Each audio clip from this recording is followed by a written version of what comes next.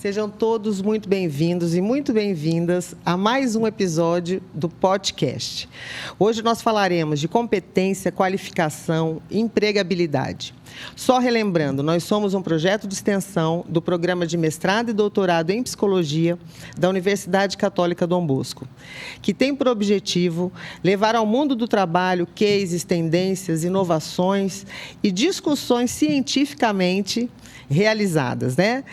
Ou em realização, porque aqui vai ter muita novidade, porque nós trazemos duas pessoas que são destaque nessa área. A Marina, que é a pessoa responsável pela fundação do trabalho, emprego, e tem muita coisa para contar. E o Michel, meu colega, coordenador do Programa de Desenvolvimento Local, que também tem pesquisas reveladoras em relação às competências para o mundo do trabalho em 2026. Então, sejam muito bem-vindos, muito obrigada pela presença. Eu que agradeço. Eu vou pedir para vocês se apresentarem, Marina. Claro. Quem é a Marina Dobashi?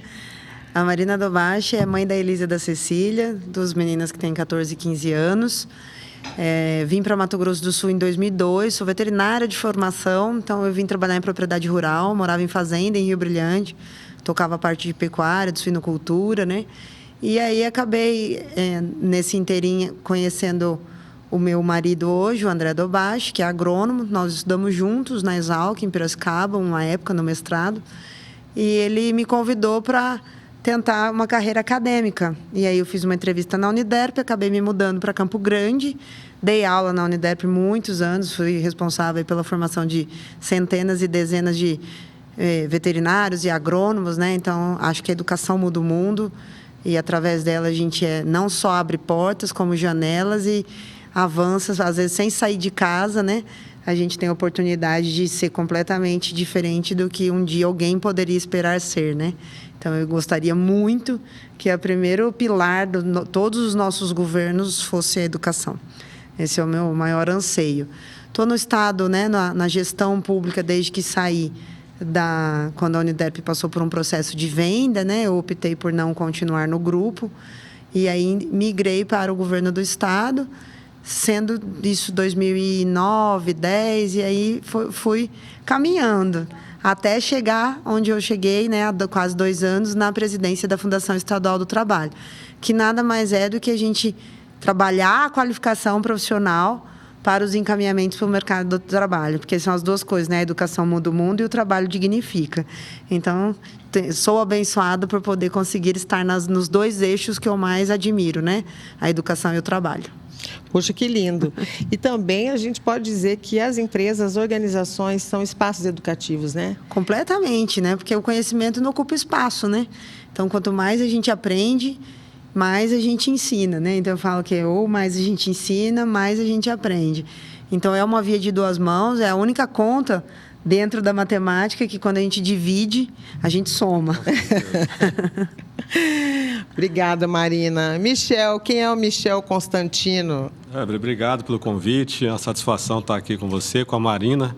Conheço também há um tempo já, a gente tem um projeto, uma idealização de projetos juntos, né, Marina? Muito legal, por com sinal. certeza a gente vai conseguir implantar esse projeto aí futuramente. A gente falar um pouquinho dele também, porque tudo a ver com o mercado de trabalho, né? E a Marina aqui, eu agradeço muito, desde o governo, que vem atendendo. Toda vez que a gente chama, vamos conversar sobre isso, ela vem, e aí é importante a gente ter sempre disponível. E eu acho que a Funtrab está em boas mãos, porque realmente a Marina vem da Secretaria de Mercado de Trabalho lá, e o pessoal, tudo que entende dessa parte do Estado, que vem avançando bastante. Eu vou começar igual a Marina fez, eu sou pai também da Serena e da Ana Lua, né? Uma tem 2 anos, a outra tem 21. Então, olha, tem os 2 extremos aí, né? E gerações completamente diferentes. Aí. E estou aprendendo com elas, né? A gente aprende, né? Porque o pai vai aprendendo, né? Com os filhos, né? Essas filhas me ensinam bastante. Onde outra geração, agora mudou bastante a geração, e aí que mexe com o mercado de trabalho, né? Essas gerações mostram para a gente como é que o mercado de trabalho vai mudar bastante. A rapidez. Isso. E agora estou 22 anos na UCDB, né? Já tenho 22 anos no CDB, que comecei lá em São Gabriel do Oeste. Hoje a gente está no mestrado e doutorado, desenvolvimento local, que vem se destacando por pesquisas olhando o desenvolvimento, né? Principalmente do Estado. Então, tem pesquisas da área de psicologia, na área de comunicação, na área de economia, de todas as áreas possíveis que o desenvolvimento olha, que é muito complexo. Mas a minha fase mesmo, minha ênfase mesmo é política pública, né? E aí eu olho mais a parte de estatística. Gosto muito da econometria, porque doutorado foi em economia lá em Brasília. Então eu gosto muito dessa área de olhar estatísticas e olhar dados sobre isso. Michel é uma referência, né, gente? Na economia aplicada, na análise de dados. E dialogar com vocês dois, eu acho que é importante não só para mim, mas para os acadêmicos dos cursos de graduação que pretendem aí sair para esse mundo do trabalho, para o pessoal que está no programa entender como é que a ciência ela dialoga, né? Nós temos uma veterinária, mas com uma baita de uma experiência, um economista e uma psicóloga organizacional do trabalho, trazendo aí, buscando informações sobre esse mundo que você já apontou aí pelas filhas, eu também vejo pela minha, que vem se transformando, né? E se tudo se transforma tão rápido nesse mundo do trabalho, as técnicas, os instrumentos, as ações têm que mudar também, né? E partindo disso, Marina, quais são os desafios assim que você tem enfrentado na Funtrab nesse momento, às vezes, de desalinhamento entre a demanda, a procura? Como é que isso tem acontecido aí? O trabalho, o universo do trabalho hoje ele é muito amplo, né, Michel? Então, quando a gente fala assim, na ocupação, se nós observarmos o painel, eu adoro dado também, apesar de ser da área de biológicas, eu acho que o dado, ele pauta. Quem não sabe aonde quer chegar, não vai chegar a lugar nenhum, né? E para poder chegar, a gente tem que ter a informação. Então, o dado ele é muito importante. Então, se nós olharmos hoje o nosso painel, dentre as 4.000 oportunidades, né, postas, são mais de 450 ocupações. Então, é um universo muito diverso. E dentro dessas ocupações, muitas vezes as pessoas, eu vou falar na indústria, a gente coloca pela CBO, do Ministério do Trabalho, auxiliar de produção. Mas o auxiliar de produção de uma indústria frigorífica, ele vai fazer uma coisa. Um auxiliar de produção de uma indústria de celulose, ele vai fazer outra coisa. Um auxiliar de produção de uma indústria de amendoim, ele vai fazer outra coisa. De uma indústria de costura, né, uma têxtil, ele vai fazer outra coisa. Então, eu acho que fica muito restrito ao nome, né, à ocupação, auxiliar de produção. E aí as pessoas ficam com medo e sem conhecimento de que se ela pode ou não estar apta àquilo. Então, a gente tem conversado muito com os empresários, com os empregadores, a gente tentar abrir cada vez mais a informação do que a pessoa vai fazer ali de verdade. Porque, para mim, esse é o primeiro desafio, né? Então, quando se você é jovem, no primeiro emprego, e você vai procurar uma oportunidade dentro da Fundação do Trabalho, nós ali, a gente não temos formações técnicas em psicologia, em recrutamento e seleção, né? O nosso atendimento é formado por servidoras públicas, na sua grande maioria efetivas, que são agentes sociais do trabalho. E aí também, né, nos concursos acontece isso, né? Você presta o concurso, mas você não sabe o que você vai fazer ali naquele concurso, né? Uhum. Então, por exemplo, o veterinário vai fazer um concurso de fiscal veterinário. Ele pode trabalhar na indústria farmacêutica, como ele pode trabalhar na indústria frigorífica, né? Perfeito. Então, completamente. Então, eu acho que esse é o maior desafio. Nós, como gestores e como pesquisadores, como professores, economistas, né, ditadores aí da informação, conseguirmos ao máximo possível com que a população tenha coragem. Coragem precisa ter informação para ela poder saber aonde ela vai chegar. Então, eu acho que esse aí é o maior desafio, da gente conseguir fazer com que as pessoas se enxerguem naquelas funções. E acho que você trata de uma questão que é relevante para a própria indústria, para as empresas de Mato Grosso do Sul. Porque eu vejo muitas organizações assim, sem ter essa clareza, né? Mesmo tendo seu plano de cargo, sem ter um plano que atenda às suas necessidades, e muitas com planos que precisam também ser atualizados em função dessa revolução tecnológica que a gente teve. Tem muita gente que já não usa mais aquilo que está posto no plano de cargos. Então, a gente tem duas grandes tendências aí, né? Colocadas por você e que eu acho que a empresa também sente muito. Então, quando você cobra isso da empresa, você obriga ela a se atualizar em relação a isso. Isso é bom para ela, isso é bom para o trabalhador. Com certeza, porque, por exemplo, se você pega essa informação e no momento em que esse jovem ou que aquele cidadão 50 a mais que está aposentado, mas não quer parar porque ainda se enxerga muito útil, né? E ele quer fazer uma transição, né, de carreira e seguir uma outra função, E aí a pessoa vai lá e lê no formulário, né? Esse aqui é o CBO 430, auxiliar de produção, a indústria está no Distrito Norte, saída para Cuiabá. O senhor se interessa? É muito rasa a informação, né? Isso. Então, nós precisamos buscar cada vez mais clarear isso para o cidadão, para ele poder entender que ele faz parte daquilo. Ou então, aquele RH, né, que fez psicologia, coloca uma descrição da vaga que o cara tem que ser astronauta, né, para poder dar conta. Todas as competências e habilidades. E aí a gente chega na importância do seu estudo, né, Michel? Isso aí, isso é uma das coisas interessantes, né, porque a informação, ela é muito restrita, e aí o modelo de informação do trabalho, que é da RAIS, do CBO, ele é de 170 anos atrás. Então, ele está muito arcaico e a gente continua replicando ele. Acho que o terceiro desafio aí colocado, aí, que a Marina colocou, é assim, e como é que a gente contrata pessoa jurídica, que é o grande crescimento agora. Né? Então, você tem outra... Pejotização. Pejotização. Então, você tem esse processo forte, o Brasil hoje passa pleno emprego por causa disso, e a gente tem... E aí, como é que a empresa coloca isso como habilidade? Então, acho que assim, a gente está caminhando para uma mudança de nomenclaturas, de cargos, de forma de modelo de contrato, somente online, terremoto, PJ, intermitente, tem vários, né? E que essa geração agora quer isso. Ela mostra isso, as pesquisas mostram isso. E o que a gente fez, Evelyn, um pouco da pesquisa, que é o que a pesquisa que quem, na verdade, demandou foi lá da Funtrab, na época do Ademar ainda, que a gente conversou. E a pesquisa era isso, era entender um pouco mais o mercado da empregabilidade no Mato Grosso do Sul. Por quê? Porque nesses últimos 10 anos, a Marina pode contar até melhor, que esses últimos 10 anos nós fizemos uma transformação da matriz econômica do Estado. Né? O Estado passou por transformação econômica, hoje a gente tem muito mais industrializado, a gente tem muito mais tipos de empresas chegando no Estado e vai ter mais ainda para os próximos 10 anos.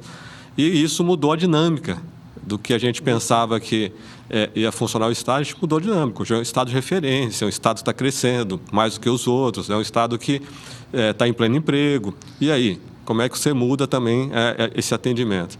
E aí a gente fez um projeto, e a ideia do projeto é realmente entender esse gap entre as habilidades que a gente tem no Estado e as competências que as empresas querem, né, que o setor produtivo quer.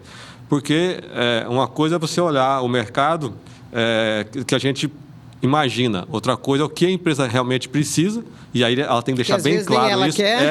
Nem ela sabe. Nem ela sabe. Então, o que você realmente precisa? E o que o mercado está realmente ofertando. E essa oferta, às vezes, fala assim, não tem em Mato Grosso do Sul? Tem, você não sabe. Você tem que fazer uma pesquisa, você tem que entender melhor. Às vezes tem. E às vezes o cara está empregado, mas o cara quer mudar, quer fazer uma transição. Então, depende de como é que está esse mercado. E a gente começou a fazer uma pesquisa e a gente deu uma avançada agora nos últimos meses. Eu peguei uns meninos de TI aí, da OCDB, e fizemos um chat, né, uma IA, que busca dentro da empresa, no site das empresas, a vaga e como é que a característica daquela vaga.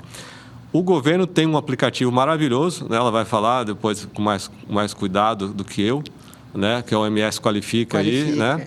Que já está pensando nisso, que a demanda e a oferta ali se cadastrar, mas a gente avançou um pouquinho, que é fazer o robô se cadastrar. Então, o robô vai lá na empresa, puxa todos os dados disso e coloca isso num painel, mas o governo vai ter que bancar isso daqui a pouco, né? Não vai ficar só em pesquisa.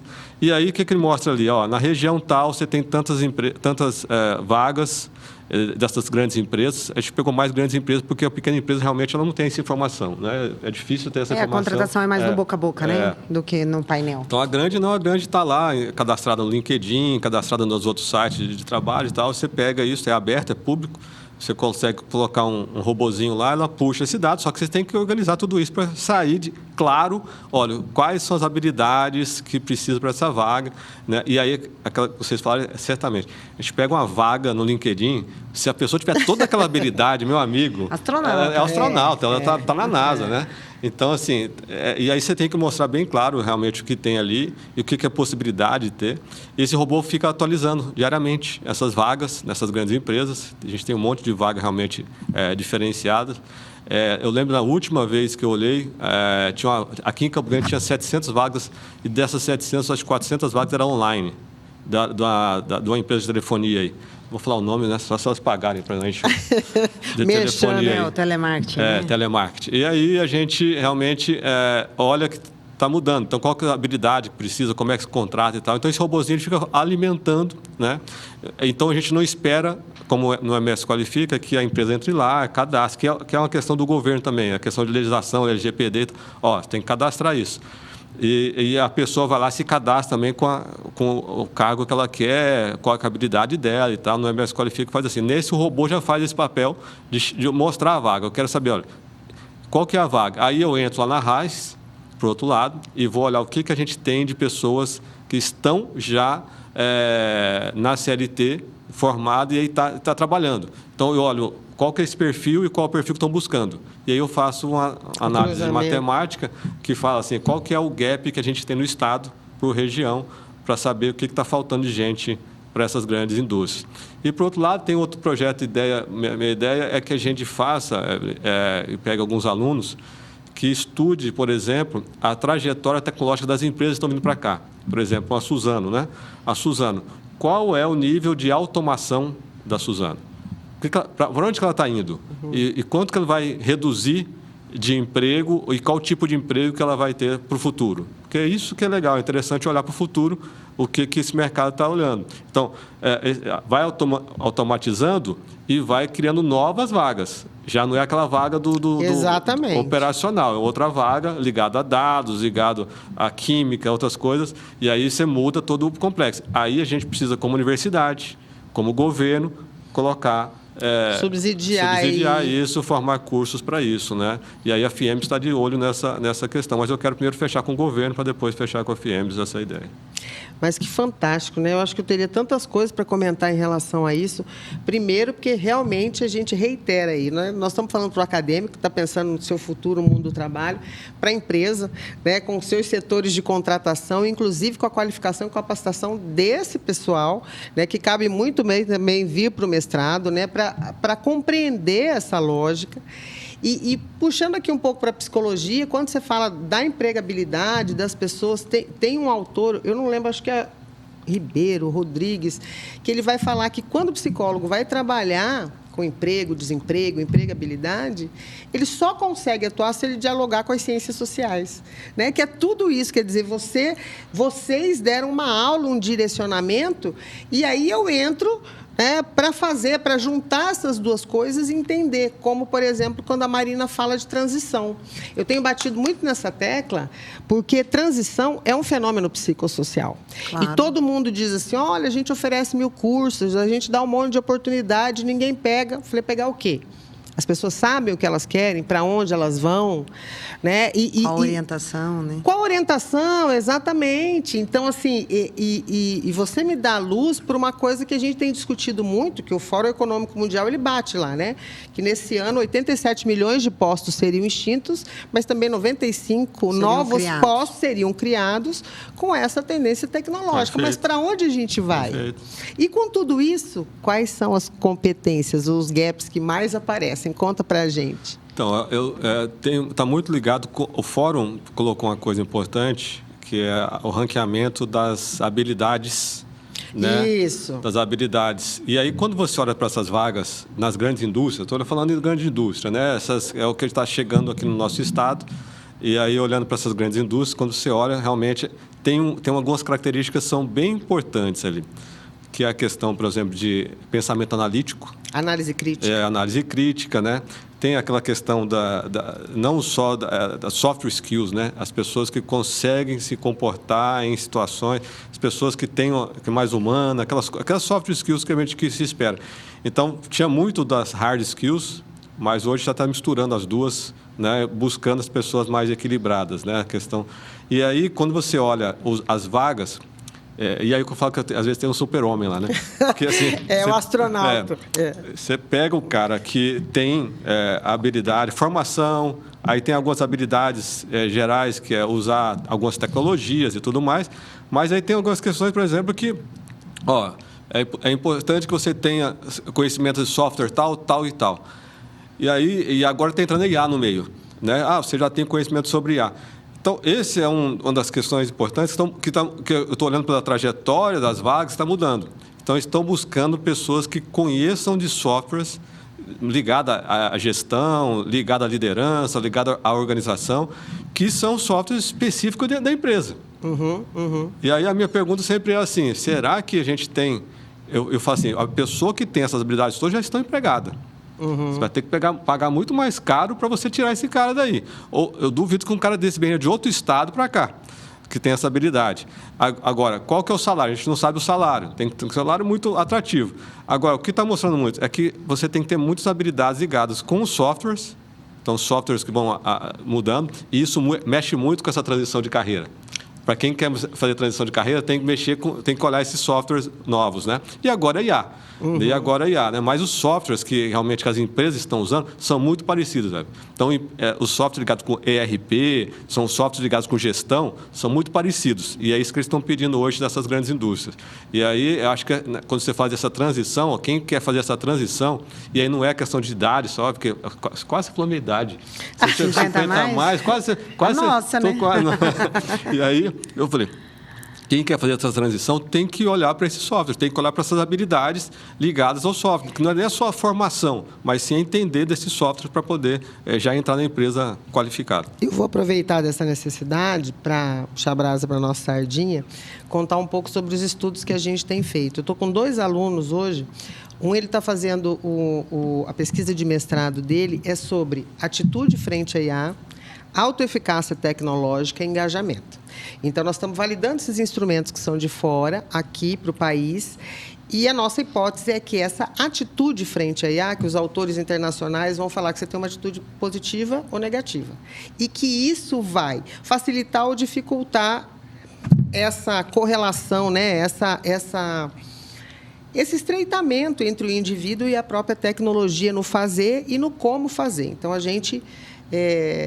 pesquisa dele já passou no comitê de ética, ele vai fazer. E a outra, que eu tenho um outro aluno que vai fazer no Senai, ele diz respeito à atitude frente à IA e expectativa de carreira.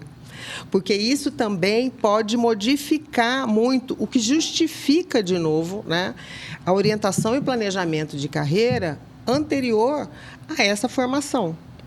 Perfeito. Né? Porque a gente precisa... Então, esses dias, a gente estava dialogando com uma outra pessoa e eu falei, gente, coloca a psicologia nisso, né? Porque quando você fala da psicologia, tecnologia ou até IA, a gente quase não tem produção no país. Agora que deu um boom por conta do conselho. Mas eles discutem o seguinte, a gente sempre estuda o fator humano, que é a adaptação do indivíduo às novas tecnologias. Mas talvez nós tenhamos que estar antes, na produção dessa tecnologia, para poder prospectar também essa relação com o impacto humano, né? Então, quando tudo isso conversa, e aproveitando, né, que eu falei um pouco de psicologia, como é que é a visão da Funtrab, Marina, diante dessas competências comportamentais também? Como é que vocês olham? O que vocês têm? Aí que está o segundo desafio, que são as pessoas, né? Então, hoje mesmo eu falei, a Fundação do Trabalho ela é formada por pessoas, que a gente executa uma atividade fim, né? Que dentro da gestão pública você tem a atividade meio, na verdade, dentro de todo o universo social, né? Você tem a atividade meio, né? Que é a papelada, que faz com que a gente tenha a atividade finalística, que é o atendimento propriamente dito. E o Mato Grosso do Sul tem uma peculiaridade, né? Uma população menos tecnológica, menos digital, que tem uma baixa escolaridade. Então, tudo isso é o nosso desafio, né? Como a gente no começo falou, que a educação venha com força total para nós formarmos essa nova geração de forma mais abrangente, holística, com olhar no universo do trabalho, né? Então, a escola já tem que colocar... Eu falo que...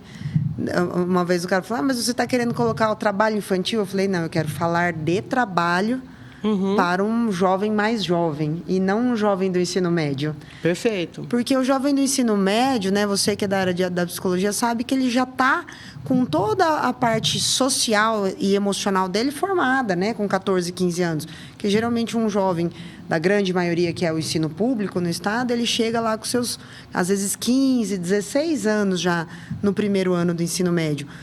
para ele escolher uma formação profissional nesse ensino médio, sem orientação vocacional, do tipo assim, ó, eu fico pensando a gente, quando estava na faculdade, que ia fazer a matrícula, e aí tinha que escolher os créditos, né?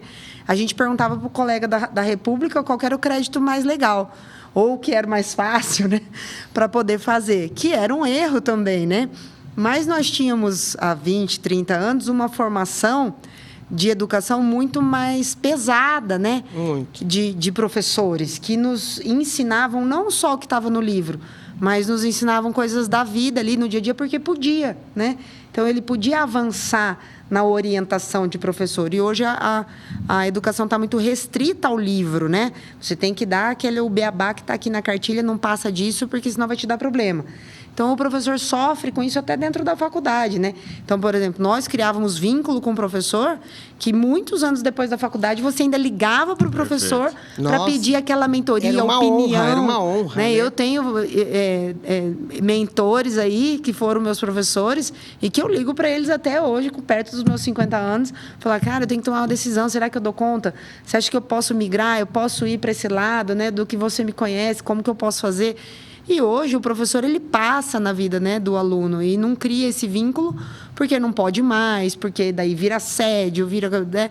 Então tem toda essa confusão mental na vida da escola e o desafio nosso é esse. Então, por exemplo, se nós olharmos novamente, né, Michel, os dados, trabalhamos aí com 55 mil desempregados, né? Isso. E por que esses 55 mil desempregados não podem ocupar essas 4 mil vagas? Porque eles não têm nenhum acesso a essa vaga, né? A vaga não tem nem a habilidade, nem a competência que ele teve formação.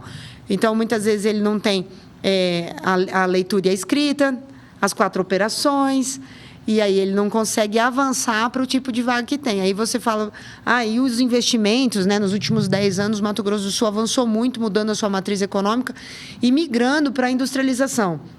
Mas a primeira etapa da industrialização, ela é construção pesada, né? Então, nós temos aí uma representatividade da indústria da construção muito forte nesse período que nós estamos aí de 2 grandes fábricas sendo construídas e também de pomares sendo formados, né, na citricultura, que está chegando no estado com força total também, que o plantio ele é manual, né? E aí nós falamos assim, então por que essas pessoas não podem entrar nesse mercado de trabalho? Aí a gente vem no desafio da interiorização, porque isso não está em Campo Grande, né? O pomar não está ali, na Rashid Neder, né? O pomar está lá longe, às vezes 30, 40 quilômetros da cidade. E o sul mato-grossense também tem isso na cultura dele. Ele gosta de almoçar na casa dele. Ele não gosta de ir longe da casa para trabalhar. Então, nós temos toda essa... A migração da matriz econômica, Michel, ela foi muito rápida. E a população não acompanha essa velocidade dessa mudança. Então, aí, o que ele fala? Cara, eu vou pegar um ônibus, vou sair daqui de Campo Grande, vou trabalhar lá em Ribas. Aí, eu saio cedo, né, de casa, eu moro na saída de Três Lagoas, então, eu vejo muita gente nos pontos esperando o transporte, né? Na época da construção civil em Ribas, saíam 400 veículos por dia de Campo Grande para trabalhar em Ribas, né? Porque as pessoas moravam aqui e trabalhavam lá. Mas se mais pessoas quisessem, teria mais veículos que sairiam. E hoje em dia também é assim. Se mais pessoas quiserem sair de Campo Grande para trabalhar em Ribas, ou em Sidrolândia, né? Hoje a gente tem grandes indústrias ali da bioenergia também em Sidrolândia, teria espaço. Mas o cara fala, meu Deus, eu vou sair de casa às 5h30 da manhã e vou voltar às 8 da noite. Não, isso eu não quero, não. Então, por mais que tenha... ontem nós estávamos na Conferência do Trabalho, e é uma tripartite, então tinham muitos representantes dos sindicatos de trabalho da indústria pesada, da construção civil, transporte, e eles falam, vocês acham que o plano... Vocês, governo empregador, acham que o plano de saúde é suficiente? Depois a gente tem que sair às 5 da manhã, chegar em casa às 8 da noite. Então, esse tempo de ausência da casa, eu entendo que ele é o maior gargalo, né? A interiorização, tanto que 50% dos milhares de desempregados estão em Campo Grande. E assim eles vão continuar, porque eles não vão sair de Campo Grande para uma cidade menor. Porque eles querem... E ainda tem o êxodo, né? Isso. Aquele que estuda e aí fala assim para o pai, eu quero ir para a capital. E aí ele vem num subemprego, muitas vezes informal, simplesmente para ele morar na capital. E às vezes mora mal, né? Não tem uma qualidade de vida, não tem a carteira assinada, né? Que prevê aí todos os benefícios, mas ele opta por morar na capital. Então, eu acho que esse é um desafio grande também da mudança de cultura da nossa população. O olhar para a interiorização, né? Aqui em São Paulo, a gente já atingiu um patamar. Todo mundo quer morar no interior, né? Todo mundo quer sair da capital. De vida. Então, hoje se busca morar na região periférica ali de São Paulo e sair cedo, trabalhar em São Paulo, com o benefício de, às vezes, 2 dias na semana ficar um home office. Isso. Que as empresas de Ribas já dão esse benefício, né? Então, o pessoal do escritório administrativo da empresa de Ribas, eles já têm esse benefício do home office, porque moram em Campo Grande, então, em alguns dias da semana, eles podem ficar por aqui. Mas, muitas vezes, eles não são daqui. Então, a gente tem um processo migratório de pessoas de outros estados vindo, buscando essas oportunidades e deixando o nosso cidadão que não quer, né, acessar essa oportunidade no limbo, né? Então, ele continua aí. De outros estados e de outros países, de outros, né, Marina? países. E quando você fala dessa matriz que foi muito acelerada, eu acho que isso que traz também o conceito da gestão do conhecimento, né? Ele diz que as empresas também vão mudar de forma tão acelerada. Então, essa matriz, esse período e é daqui para diante. Que a gente precisa reter esse conhecimento, desenvolver as pessoas, é meio que uma coisa permanente, né? Então, nós não estamos falando de uma coisa que agora, Mato Grosso do Sul tem uma necessidade, uma tendência, por isso que a gente está com a Fontrap, por isso que a gente está com o desenvolvimento local com o Michel. Mas isso é uma constante. Ela vai mudar os níveis, os picos, como o Michel colocou. Eu falo que a universidade, inclusive, principalmente as públicas, elas têm que medir o quanto elas investem no estudante e o quanto esse estudante devolve para o estado de Mato Grosso do Sul em conhecimento e desenvolvimento. Perfeito. Então, esse é um indicador também importante, a empregabilidade. Então, se nós pegarmos a Universidade Estadual, que tem um aporte financeiro, um orçamento alto, e que tem aí os seus milhares de alunos, e aí, esse aluno que formou, por exemplo, em turismo, na Universidade Estadual de Mato Grosso do Sul, que é um curso bastante forte, mas ele não quer morar em Jardim, ele quer morar em Campo Grande, mas o turismo está na região de Bonito, né? Ou na região de Costa Rica, ou na região de Rio Negro. Então, ele tem que olhar para isso. O setor de bar, restaurante, rede hoteleira, né? Mas eu não quero. Então, eu vou para São Paulo. Então, ele foi investido com um dinheiro público, que eu comparo isso até a quando a gente recebe bolsa da CAPES, do CNPq, em mestrado e doutorado, depois você é obrigado a devolver, entre aspas, esse recurso em conhecimento. Então, o quanto esse aluno que foi pago o estudo dele, né, pelo recurso público, ele olha nessa permanência dele, né, nesse retorno dele para o Estado. Mas voltando à questão do desenvolvimento humano, um dia eu até conversei isso com o Regis, porque o Regis falou assim, Evelyn, então no final... O Regis do SESI. No final a gente tem que fazer essa orientação profissional. Eu falei, não. No começo. Eu falei, início, meio e fim. Você fala de fases diferentes, inclusive de fases diferentes da relação desse, vamos dizer, futuro trabalhador, desse acadêmico com a própria universidade, com seus projetos, com a instituição. Então, essa orientação também é uma orientação permanente, né, Maria? Eu falo que quando a criança monta os tijolinhos de madeira lá na pré-escola, ela tem que entender que montar os tijolinhos de madeira é uma profissão, é uma engenharia civil, é uma arquitetura, né? Quando ele joga o joguinho lá no iPad, ele tem que entender que por trás daquele joguinho tem uma programação, tem uma linguagem de sistema, tem alguém trabalhando ali. As coisas não surgem do nada. Então, a gente falar das profissões dentro da pré-escola, né, e do primeiro, do fundamental lá no comecinho, eu acho que tem que ser urgente. E aí eu vou puxar brasa para a sardinha do meu co-irmão aqui, o desenvolvimento local, a relevância do programa diante desse cenário todo, né, Michel? Com certeza. A gente teve uma grato crescimento junto com essa mudança. 2019, a gente tinha 60 alunos no programa, hoje a gente tem 150 alunos. Olha, que demais. Que então legal. A gente passou a ter... Aí a gente mudou totalmente a nossa matriz de perfil de aluno, Marina. A gente tinha o aluno mais acadêmico, fazia do PIBIC, que era da própria universidade, que já dos professores da graduação puxava ele para o mestrado e tal. Muitos pensavam que mudou um pouco essa questão, eu faço pesquisa com eles sempre, achavam que tinha que fazer especialização antes de entrar no mestrado, muitos achavam, Eu fiz direto também. Saí da graduação e fiz mestrado. Mas eu não sei porque eu tinha essa percepção. E aí não, pode sair e fazer o mestrado. Mas aí, na pandemia, que a gente virou online, né?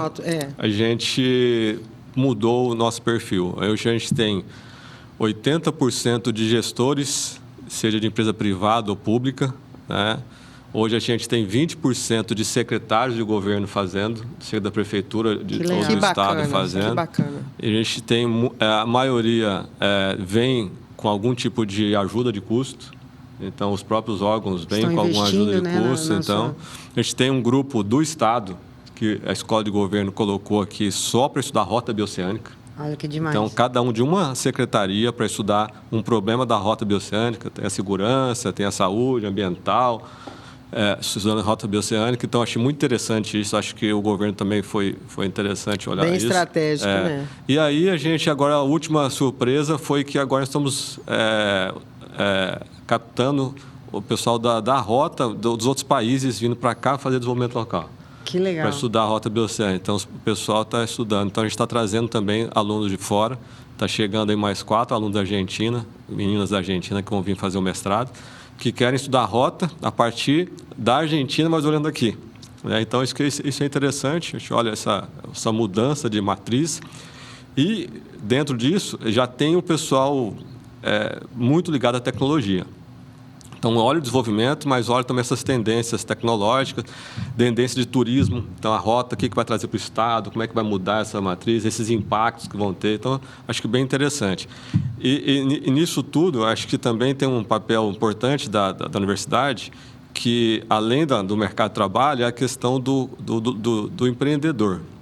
Né? Tem muita gente que já está olhando lá olhar mais empreendedor. Como esses interiores estão crescendo e como é que eu faço parte disso, mas como empreendedor?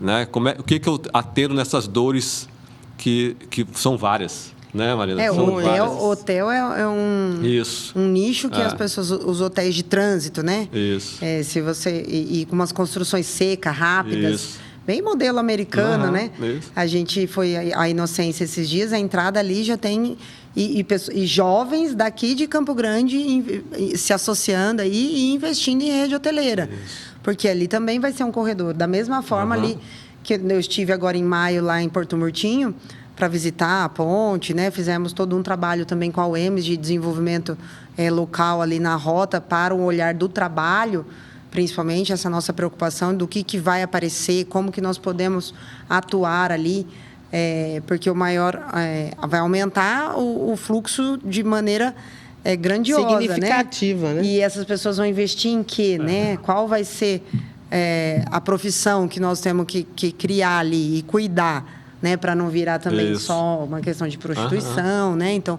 cuidar essas meninas, porque, querendo ou não, né? A profissão o que elas chamam de job, ela é fácil ao ver delas, né, como jovens, e ela não requer muitos, entre aspas, sacrifícios, né, e dá um bom dinheiro. Então, como nós vamos competir com isso, né, nas fronteiras?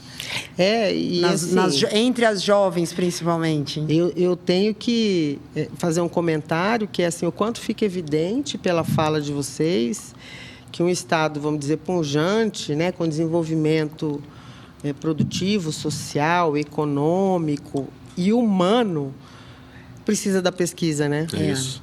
Como a pesquisa é fundamental e assim dá uma segurança, entender que a pesquisa vem chegando em níveis que são níveis decisórios. Isso é um ponto importante. Eu fico batendo sempre com o pessoal do mestrado e doutorado da cultura analítica. Isso. Olhem os dados, façam análises, não tomam decisões pelo feeling. Vocês têm experiência, mas a experiência é para juntar com o que está acontecendo. Então, a gente bate muito nisso, da questão da cultura analítica, que é uma das habilidades que é preciso que gestores tenham, que as pessoas tenham também para trabalhar, que olha, o que eles estão pedindo aqui? O que está acontecendo realmente? Então, a Porto Murtinho é um caso assim que é um experimento em céu aberto. Um grande laboratório. Ali que você pode ficar fazendo isso aí. Tem vários estudos lá. E eu quero chamar a atenção para uma coisa, se você me permite, que é uma questão que eu discuti muito com o Virgílio aqui, quando a gente falou de avaliação de riscos psicossociais. não é só olhar para essa questão, né, da análise dos dados, é com quem você está olhando para essa questão. Isso. Porque quando a gente tem um cenário de mudança, de transição, eu tenho que falar, tem muito oportunista, tem muita gente. Eu vejo, né, porque eu acompanho muitas empresas, e eu vejo a pessoa falar, olha, eu estou trabalhando com People Analytics, agora aqui é tudo por dados. Como é que você fez a avaliação? Observação. Eu falei, foi observação, como é que você mediu, então? Então, quem é a pessoa que te orienta? Perfeito. Né? Então, eu entendo que, nesse sentido, a universidade também ela tem credibilidade para falar, é o fulano, é o professor que tem um histórico, que tem... Então, você tem que procurar alguém, gente, né? Procura a universidade para... A academia, ela é essencial. Exatamente. Vem falar quais são as necessidades, né, Michel? Que a gente trabalha duro. Eu fui num podcast esses dias e aí eles fizeram um briefing antes do podcast para perguntar algumas coisas e tal. E eles já tinham vários dados deles construídos, né? E que iam falar no podcast. Aí eu falei, então tá, deixa eu dar uma olhada antes. Aí foi essas perguntas. Como é que você fez essa análise aqui? Onde você tirou que vai fazer isso? Onde você... Tal. Aí eu falei, acho que é melhor a gente mudar a data do podcast. Vou estudar mais. Acho melhor eu estudar mais. Aí eu falei, você quer que eu fale, depois vocês avaliem bem essas questões? Porque a gente tem métodos para isso. Tem metodologias para isso. Você não pode fazer uma análise... Quando eu te perguntei sobre as competências do estudo que você fez, você descreveu toda a sua metodologia. Você tem que ter metodologia, né? E eu falo muito disso. A IA é uma das questões importantes que a gente olha agora. Porque vocês falaram a questão das crianças e das pessoas que estão em transição. A adoção tecnológica pós-pandemia é muito forte. Todo mundo está na tecnologia hoje. Todo mundo tem um celular hoje. O pessoal da IA, depois eu volto mas o pessoal da IA entendeu isso muito rápido. Né? Se você fizer uma pesquisa, o que eles fizeram? Eles fizeram uma pesquisa, Marina, para entender o nosso comportamento. Sim. A gente ensina isso. E aí, o que eles fizeram? O que eles entenderam? Que todo mundo que tem um celular, ou criança de 10 anos hoje, com a senhora de 80 anos, baixa aplicativo no celular e usa na hora. A adoção hoje é muito rápida. Se a gente pega antes da pandemia, tem muita gente que não tinha nem o WhatsApp. Isso. A gente tinha um professor que nós sabíamos que não tinha WhatsApp, viu? Sabia? Eu sei. Porque ele não queria. E aí, antes da pandemia, agora, todo mundo, minha mãe mesmo, eu fiquei abismado. Depois da pandemia. A tia do WhatsApp, né? Entendeu? Ela não sai do WhatsApp. E aí, esse comportamento fez o seguinte, o pessoal estudou o comportamento, eu faço agora um IA que eu baixo e uso isso, é só escrever, é só falar com ela. Então, eles entenderam muito bem o comportamento e falam assim, eu vou fazer eles adotarem isso aqui muito rápido. Então, daqui para frente, essas questões vão ser assim, eu consigo atender bilhões de pessoas baixam isso aqui e usam assim, em alguns minutos. É só eu fazer eles adotarem isso. Então, as empresas estão entendendo isso. E agora eles falam assim, como é que eu atendo? Agora, eles querem pessoas que estudam essas questões e entendem essas questões. Eu fico muito preocupado. O que é a minha preocupação? Você está jogando uma coisa e a IA te dando resposta. Certo? Qual que é o método que ela usou para dar aquela resposta? Exatamente. E a minha pergunta, eu estava no MBA lá no Sul de Cultura Analítica, a gente fez o primeiro MBA internacional sobre Cultura Analítica do CAPRA lá, que só mexe com Cultura Analítica. E a minha questão era muito isso, que eu conversava, era isso, olha, eu posso fazer um modelo, Marina, de previsão de mercado de trabalho. Com a IA, se eu pedir, ela vai fazer. Vai fazer. Agora eu pergunto para ela, que tipo de metodologia você utilizou? E aí, quem que explica isso? E aí, esses dias, um aluno me desafiou na sala, eu achei interessante, eu gostei. Eu dei bibliometria para ele fez lá, professor, eu consigo fazer isso aqui na IA em 10 minutos, legal, faz aí. Ele fez, apresentou, legal, me explica agora. Mas espera aí, eu preciso estudar. Por isso é que você está aqui fazendo mestrado. É por isso que você está aqui fazendo mestrado. Então, é isso. Então, um processo metodológico, mesmo que a gente tenha o IA que dê uma resposta, é muito simples. Então, a adoção é muito fácil, ele vai responder tudo para a gente, mas saber o que está acontecendo ali é outra coisa. Aí tem que estudar. Então, aí você falou muito bem, o papel da universidade, o papel do Sistema S, do governo, tudo que pensa, o SESI, né? Tudo que pensa educação, tem que olhar isso. Então, olha assim, a adoção vai estar acontecendo. E a gente não tem como voltar atrás. Todo mundo vai adotar um IA, todo mundo vai fazer até consulta psicológica, psiquiatra da IA, né? É um perigo isso. Nossa, agora, Nosso papel como professor, como gestor público, tudo, é isso. Olha, pessoal, presta atenção no que tem por trás. Vocês não sabem. Então, tem que estudar essa metodologia. Então, isso é um ponto importante. Então, no podcast, eu brincava, era disso, né? Olha, como você fez isso? Qual que é o tipo de análise que você fez? Qual é a amostra? Você está falando uma coisa que parece mais achismo, né? Então, a gente discute muito isso. Às vezes, a gente tem que desconstruir o tempo inteiro, né? Eu percebo que isso também tem ficado mais forte, assim. As pessoas contam, né? Armam cenas, questões, cases de sucesso e tal. E aí, quando você vai para o como, né? Que você quer saber se uma pessoa realmente conhece aquilo, você pergunta como, né? Isso. Que é o que você está dizendo. Aí isso desconstrói. E eu acho que a gente fica até um pouco implicante, assim, às vezes, né? Tem gente que não gosta muito, mas é o nosso papel nessa sociedade também. Acho que esse é o nosso papel, Evelyn. E vai ficar cada vez mais evidente que o nosso papel não vai ser nem ficar expondo aula. Nosso papel vai ser discutir as metodologias em fazer relação as pessoas a isso. Pensar melhor nessas questões, porque a adoção está aí. Minha mãe está lá, com 70 e poucos anos, usando a IA, usando as tecnologias, mas não sabe o que está saindo ali. Mas sabe que você tocou num ponto que eu fui aluna, né, do curso de veterinária. E aí eu sempre fui muito entrona, muito enxerida, e tinha cirurgia, eu estava lá no meio do hospital. E anestesiaram o cavalo, e o cavalo começou a urinar, né, durante a cirurgia. E eu, no primeiro ano, falei para o professor, o cavalo está urinando, isso está certo? Ele falou assim, tá. Aí eu falei, e por que ele urina durante o processo cirúrgico? Ele falou assim, vai pesquisar. E eu pensei comigo, filha da mãe, não sabe, né? Por isso que ele falou para eu ir pesquisar, porque ele não sabe a resposta. E aí eu fui na biblioteca, né? Que nós não tínhamos outra tecnologia. Fui na biblioteca, peguei os livros de anatomia, os livros de cirurgia e aprendi que o músculo detrusor da bexiga era composto por tais fibras, que o anestésico fazia com que aquelas fibras musculares se relaxassem e o esfíncter abria, né, da uretra, e aí a bexiga tem a tensão que segura a urina, como relaxava, a urina ela escorria de forma natural, não era porque ele urinava, era porque havia um relaxamento da musculatura. E eu nunca mais esqueci, isso tem em torno de 30 anos. E fui Marcou, hein? Então, assim, discutir a aula talvez seja uma metodologia que lá há 30 anos esse professor me deu a oportunidade de eu nunca mais esquecer aquilo que eu estudei. E hoje esse aluno precise disso. Porque ele não pode mais ter um ensino passivo, onde ele fique lá olhando para você e você falando sem parar. E ele fala, putz, eu já sei, porque a IA me fala isso em 5 minutos. Mas e o como? E a discussão? E a veracidade? E a metodologia? Né? E o se for diferente? Né? E se você tiver uma ideia melhor do que a IA? Então, eu acho que dentro da universidade é importante os professores também fazerem essa transição, né, de cultura. Isso e acontece olhar em todos os níveis. E eu fui dar aula depois, há 20 anos, né?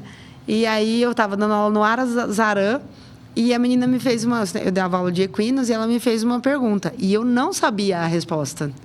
E eu falei, vai estudar. E ela me peitou e falou, você não sabe a resposta. Aí eu falei, eu sei. Mas se eu te falar, você vai esquecer a hora que entrar no ônibus. Agora, se você for ler, você nunca mais vai esquecer. E soltei. E ela foi e me encontrou várias outras vezes, chama Eva. Falei, professor, nunca mais esqueci mesmo quando a gente lê, né, alguma coisa. Então, eu tive um exemplo.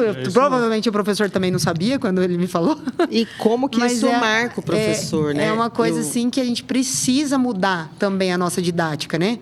De sala de aula, porque senão as salas de aula também vão esvaziar, né? Então, a gente também tem esse cuidado.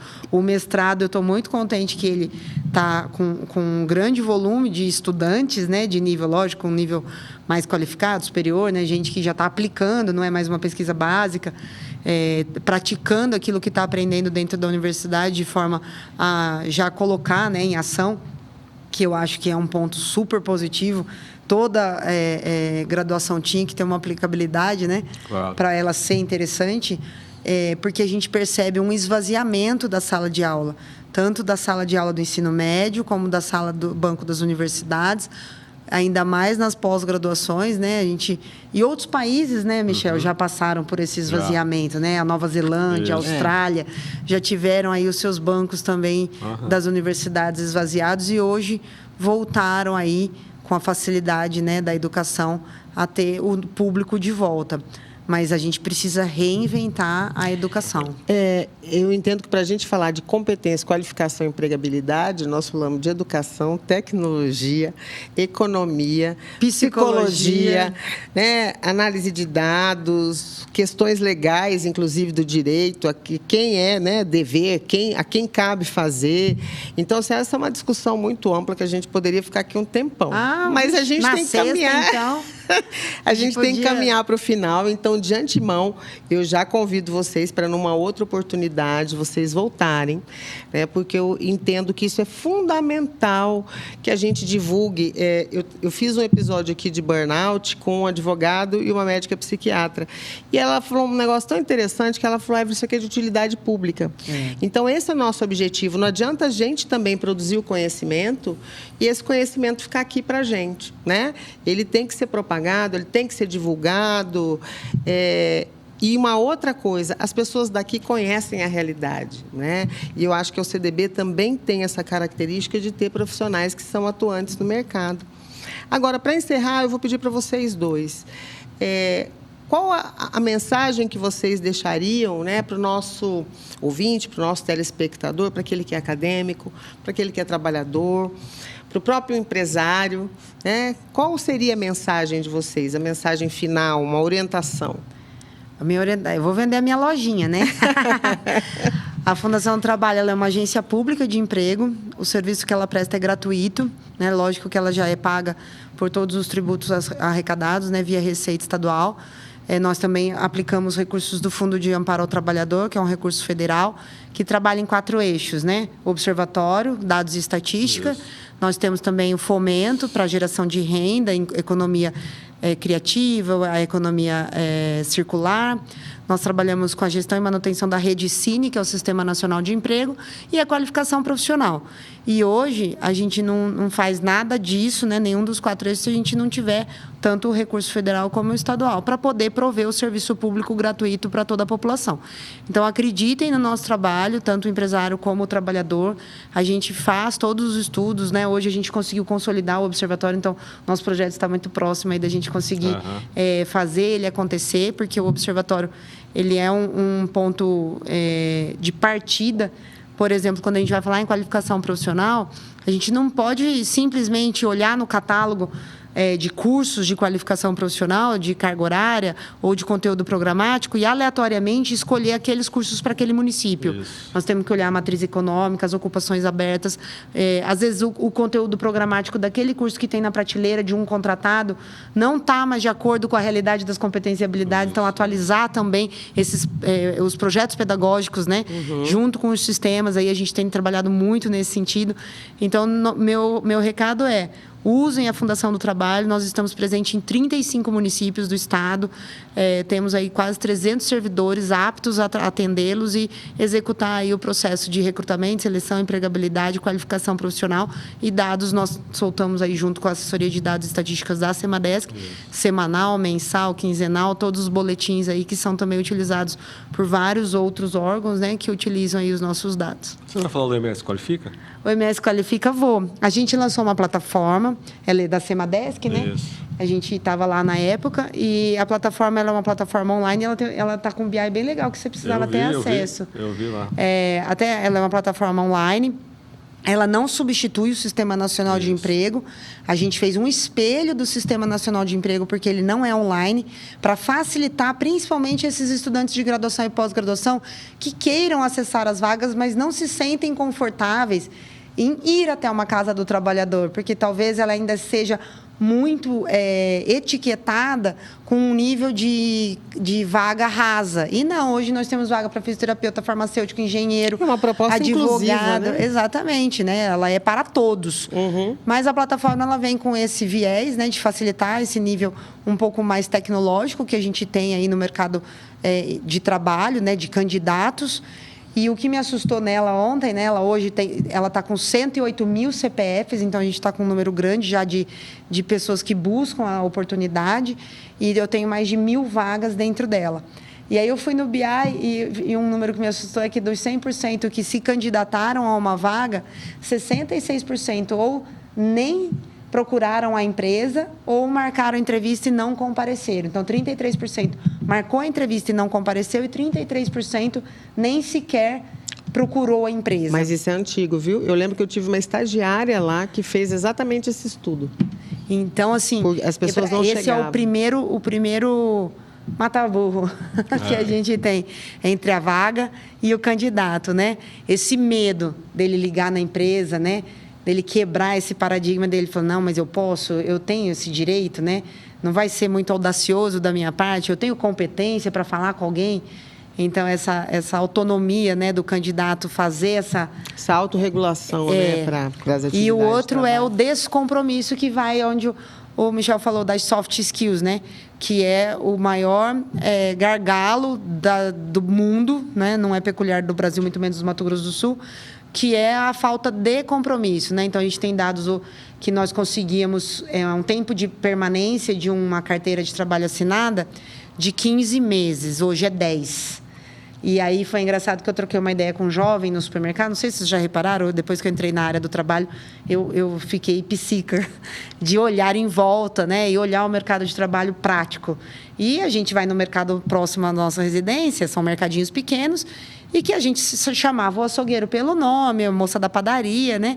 E depois da pandemia acabou. Você vai amanhã depois da manhã é outro, depois da manhã é outro. Você não sabe mais o nome deles. Para você ter ideia, o coitado do dono do supermercado não consegue nem mais fazer uniforme. Porque se ele der uniforme para um hoje, amanhã ele não vem, ele perde a camisa que ele deu para o cara, né? Então, eles estão dando uns aventais, assim, que a pessoa põe por cima da roupa para poder baratear e facilitar essa devolução do uniforme.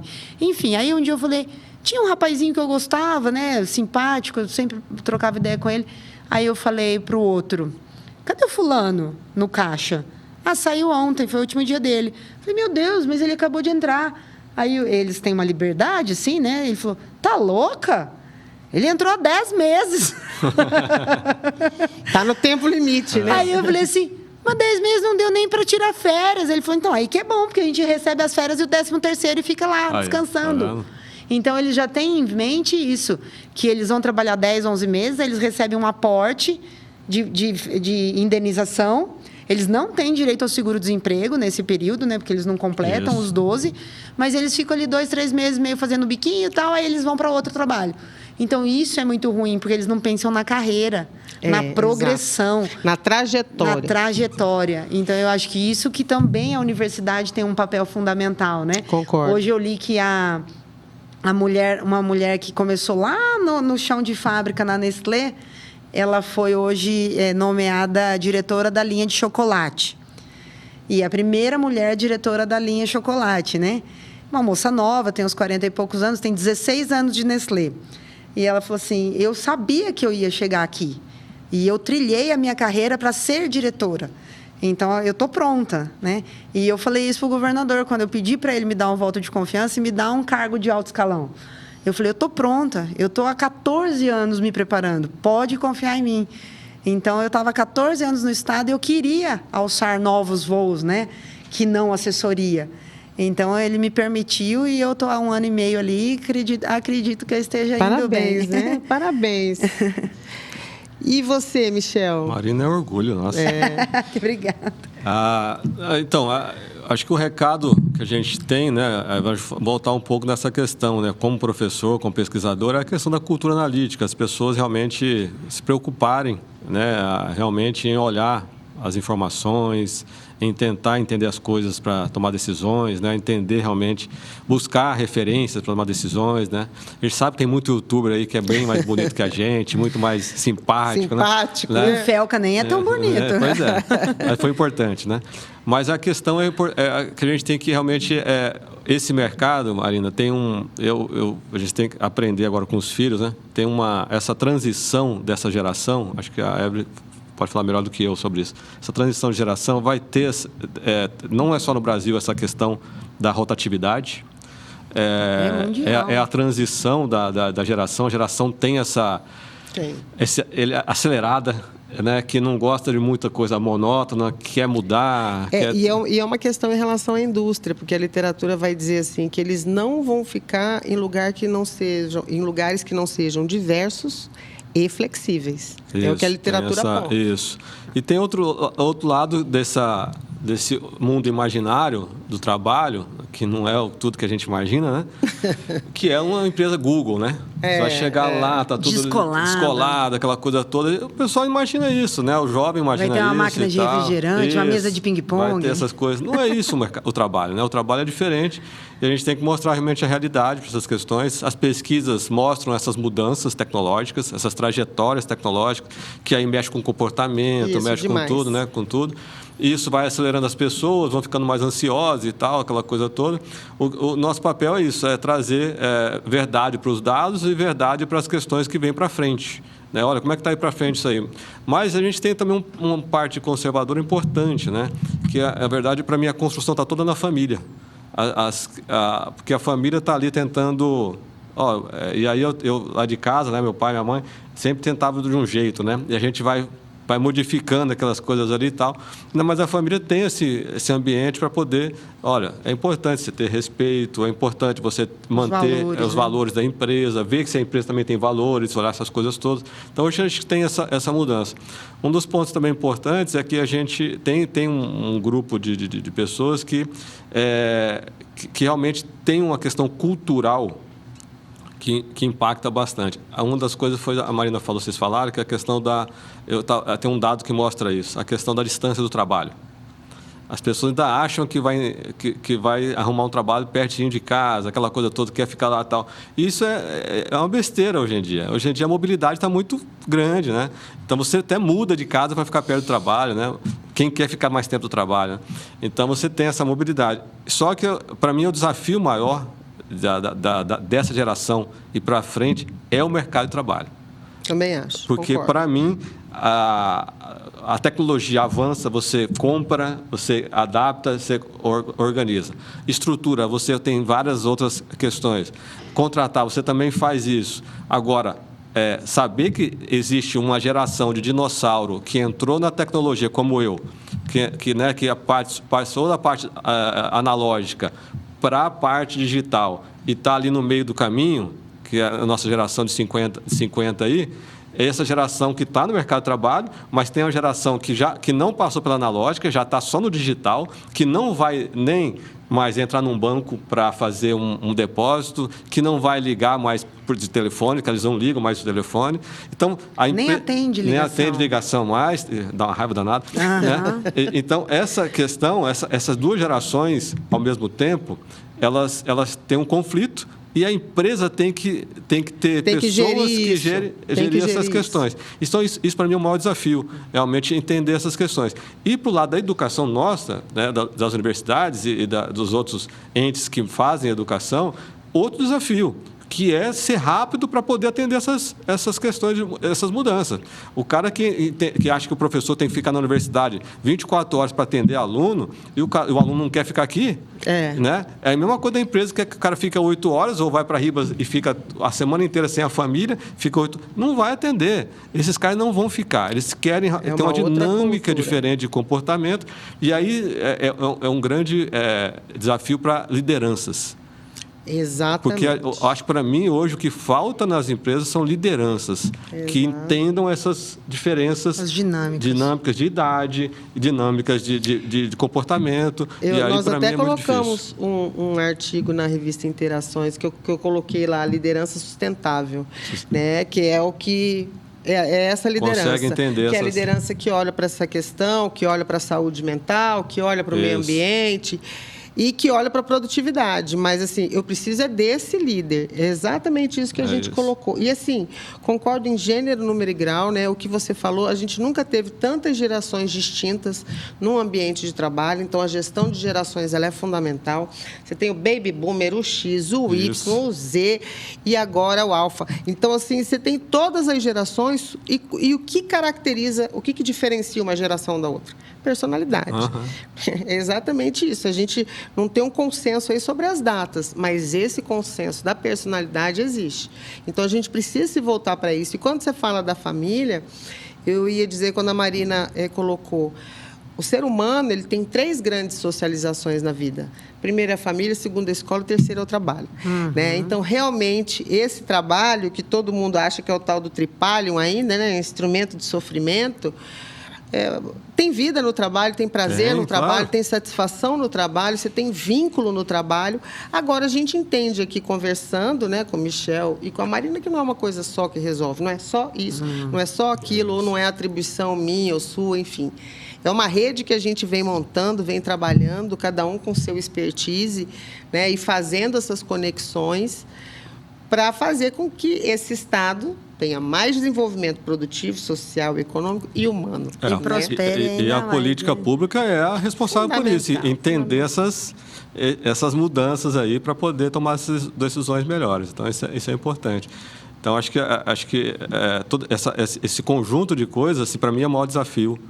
E para o setor produtivo, para a educação, para tudo, e para as políticas públicas daqui para frente, realmente é o grande desafio aí para a gente estudar e para a gente implementar nas políticas públicas. E eu quero agradecer, já vendi minha lojinha, né? Então, a Funtrab fica aqui em Campo Grande, a matriz, na 13 de maio 2773, e em mais 34 municípios do interior, acesse nosso site para saber mais. E quero agradecer o presente, que agora vai ser meu livro de cabeceira, Boas Práticas em Psicologia Organizacional do Trabalho. Obrigada. Publicado aqui pela galera, né?